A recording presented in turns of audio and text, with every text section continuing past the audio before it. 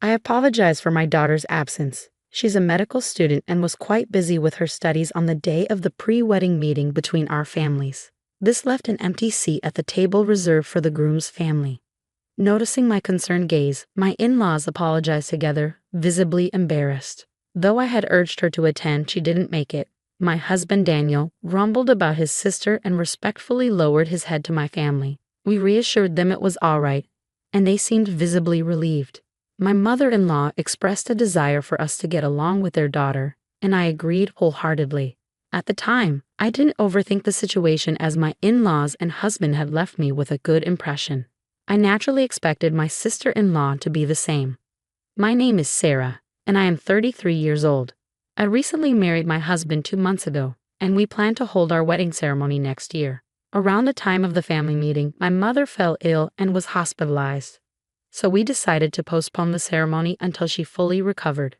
My mother had always dreamed of seeing me as a bride, so we decided to enjoy our time as a newly married couple for now, with me focusing on being a full-time housewife. Before I got married, I worked as a doctor at a hospital.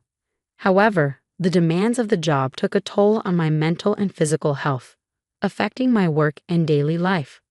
Though I wanted to leave immediately, I couldn't due to my commitment to my patients. With the support of those around me, I eventually resigned from the hospital.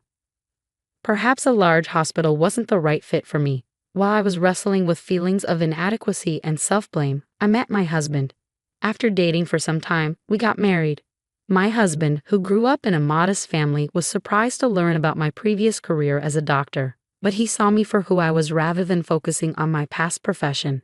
He promised to make me smile every day and worked hard to keep his word. I devote myself to cooking and housework to make my husband's life as easy as possible. His presence has been essential to my happiness and recovery. My health has steadily improved, so I'm thinking about returning to work and using my medical license again. Despite our happy life, there remains one concern: my sister-in-law. My sister-in-law, whom I haven't met yet, is a busy medical student according to my in-laws. We were supposed to meet her at the family gathering, but she couldn't attend due to her studies. She excelled in her exams on her first try, indicating her remarkable talent. My husband and I got married a few months after the family meeting, so we missed the chance to meet her. I hope we will have the opportunity to get to know her someday. One day, while my husband and I were out shopping in town, enjoying ourselves browsing furniture and matching tableware, we decided to take a break. Just then, we heard a woman's voice exclaim, "Hey, isn't that Daniel?" My husband turned around, and I followed his gaze to see a striking young woman in a low-cut dress, high heels, and a strong perfume. "Lisa, what are you doing here?" my husband asked. The woman, whom he called Lisa, stared at me, making me feel slightly uneasy. My husband introduced her to me. "Sarah, this is your first time meeting her, right? This is my sister, Lisa." "Oh, so you're Lisa. Nice to meet you. I'm Sarah," I said, politely bowing my head. Though she wasn't what I had imagined, I tried not to judge her by her appearance. As I reflected on this, my sister-in-law laughed mockingly. "All right, you're already married. So this is my sister-in-law? My brother is handsome and has a great income, but he married such a plain older woman. It's a mystery," she said with blatant rudeness. Her remarks during our first meeting took me by surprise. It's true that my husband is 4 years younger than me, attractive, and earns a higher than average income working for a major pharmaceutical company. I can understand how someone who doesn't know us might think we're an odd match. But I was taken aback by her nerve in saying it directly to my face. As I realized my sister-in-law and I might not get along, my husband stepped forward to defend me and scolded her. "Hey, that's incredibly rude. You should greet her properly. You didn't even bother to show up for the family introduction because you put your own convenience first." She responded with a dismissive laugh. I had a group date that day. I was shocked by her explanation, thinking she was busy with school. Sensing that my husband was getting angry and that this could escalate into a fight between siblings, I decided to intervene and keep the peace. "Come on, let's move forward now that we've met today. Let's try to get along from here on out, okay, Lisa?" I said, hoping to diffuse the tension. She shot me a sharp look. "By the way, what do you do for a living?" "I'm going to be a doctor in the future, so don't get too comfortable with me." I was taken aback by her superior attitude. Had I upset her in some way? Her arrogance was quite overt, and she seemed intent on belittling me. I tried to calm my husband, who was on the verge of raising his voice, and answer her calmly. I'm currently a full-time housewife. I used to be, but my sister-in-law cut me off. A full-time housewife is just another way of saying you're jobless. I can't believe my brother is married to someone like you. Are you just leeching off his money?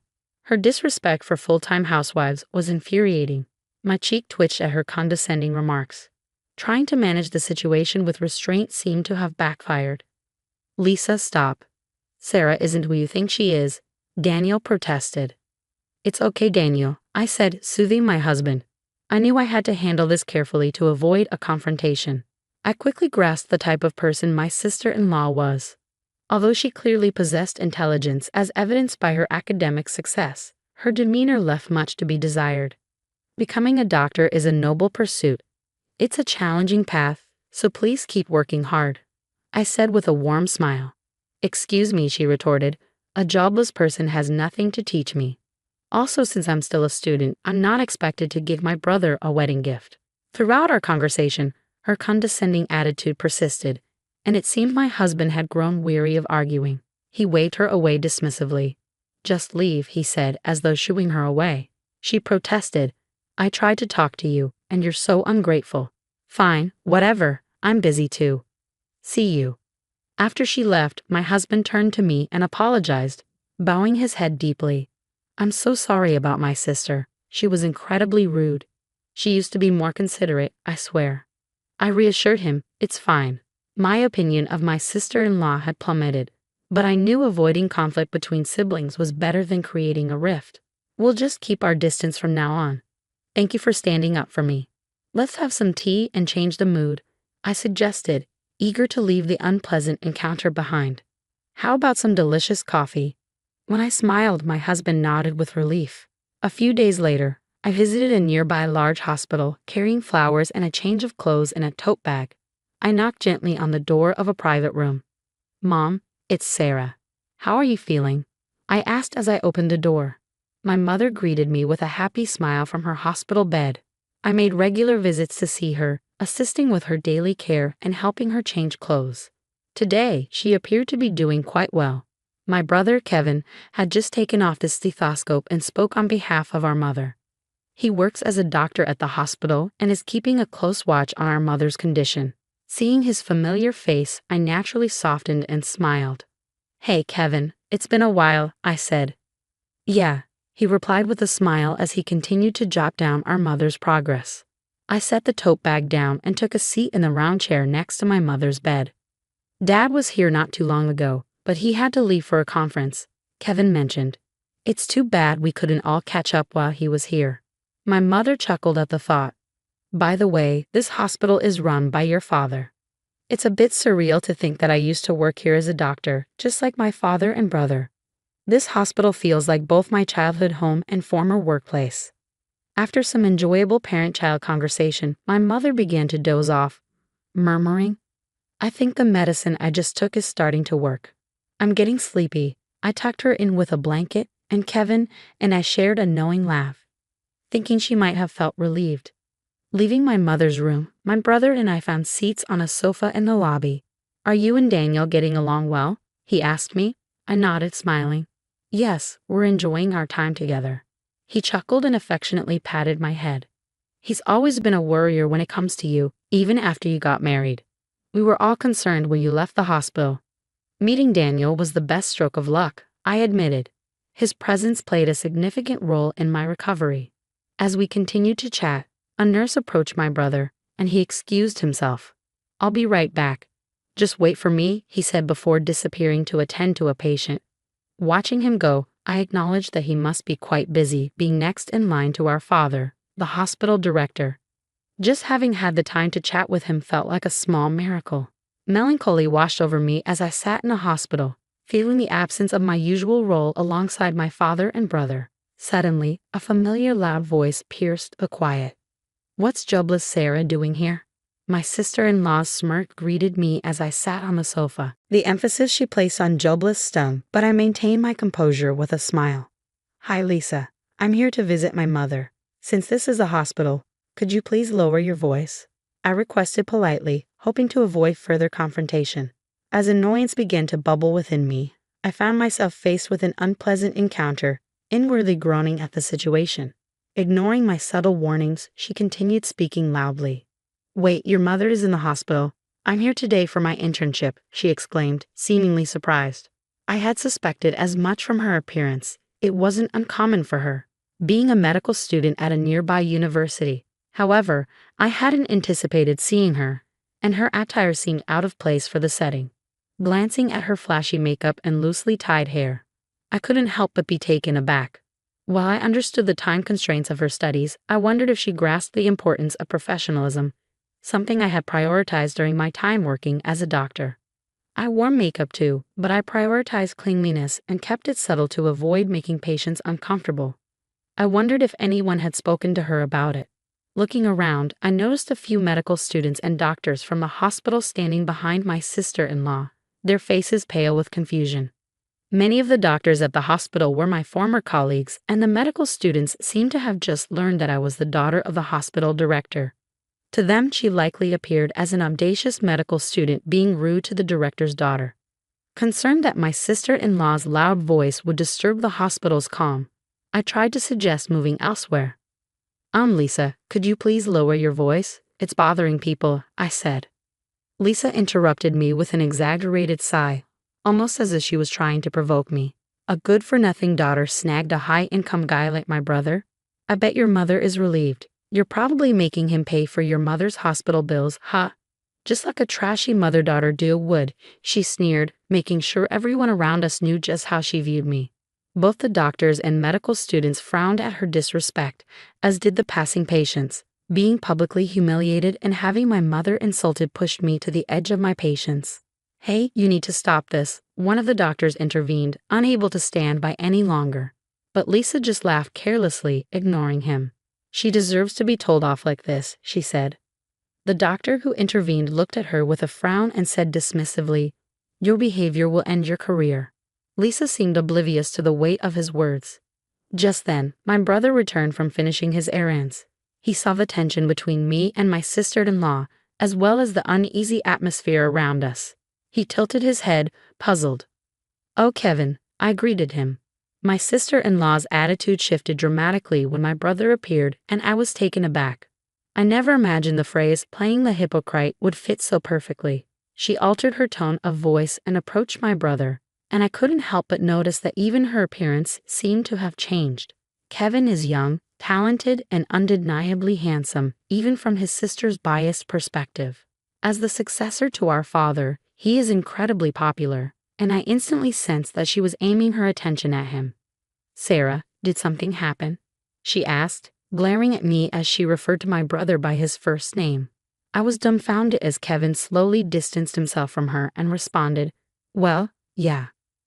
Perhaps finding his response less than satisfactory, she persisted, "But you know, she's married, right? You didn't know that, did you? You should be careful, Kevin, considering your popularity." Her nasal, whiny voice grated on my nerves, and it was clear she saw me as a rival for my brother's attention. "I mean, she's my sister, after all," Kevin stated, causing her to freeze in surprise. I struggled to hold back laughter at her shocked expression while she stood there dumbfounded. The doctor who had intervened earlier whispered something to Kevin, likely explaining the situation. My brother's expression quickly turned stern. "Wait, so Sarah is the daughter of the hospital director?" he asked, turning to me for confirmation. I nodded, confirming to his bewildered sister-in-law. "Yes, I'm his daughter. I used to work here as a doctor, but I had to quit due to health issues. Now I'm focusing on recovery and temporarily being a full-time housewife, doing my best with housework." My words left her pale. I had heard from my husband that she was hoping to secure a job at this hospital. She must have realized that her insulting words about me and my mother, which had reached my brother's ears, had severely diminished her chances of being hired. Moreover, her dreams of a wealthy marriage seemed to have been dashed as well. I glanced at my brother and felt a pang of bitterness. "Unbelievable," he muttered under his breath. It seemed that my sister-in-law had never been on his radar. "Though I've heard you're quite talented as a medical student," I began. Upon hearing my words, her shoulders trembled. Calling someone trash and mocking them before you've even become a doctor shows a clear problem. If you don't recognize what's wrong, you lack the qualifications to be a doctor. Reflect on your actions. The surrounding audience nodded in agreement. My sister-in-law, who once looked down on me, was being lectured, and even my respected brother seemed disappointed. It was a series of humiliations for her. But I didn't want her to continue down this path as a doctor. I believe that doctors have a responsibility not only to save lives but also to empathize with their patients. I don't understand at all, my sister-in-law said, unable to bear the atmosphere. She turned abruptly and ran off, ignoring the nurse who scolded her for running in the hospital. In her haste, she tripped and fell dramatically. Kevin and I exchanged glances and chuckled. 6 months later, my sister-in-law, known for her bad attitude, found herself completely isolated after ridiculing me at the hospital. Her pride led her to drink heavily, resulting in a severe injury and subsequent hospitalization. Ironically, she needed medical care and finally seemed to grasp her own arrogance. I'm so ashamed. I want to apologize to Sarah. Her parents said she now spends her days in regret and reflection. She took a break from medical school and planned to change her ways after her discharge. It would be a challenging road ahead. Meanwhile, I secured a new job as a medical doctor at a pharmaceutical company. My work involves researching and developing drugs and verifying the safety of new medications. Although my father and brother asked if I consider returning to the hospital, I prefer to begin a new chapter elsewhere. My mother's health improved enough for her to receive home care, and she's eagerly anticipating attending my wedding next year.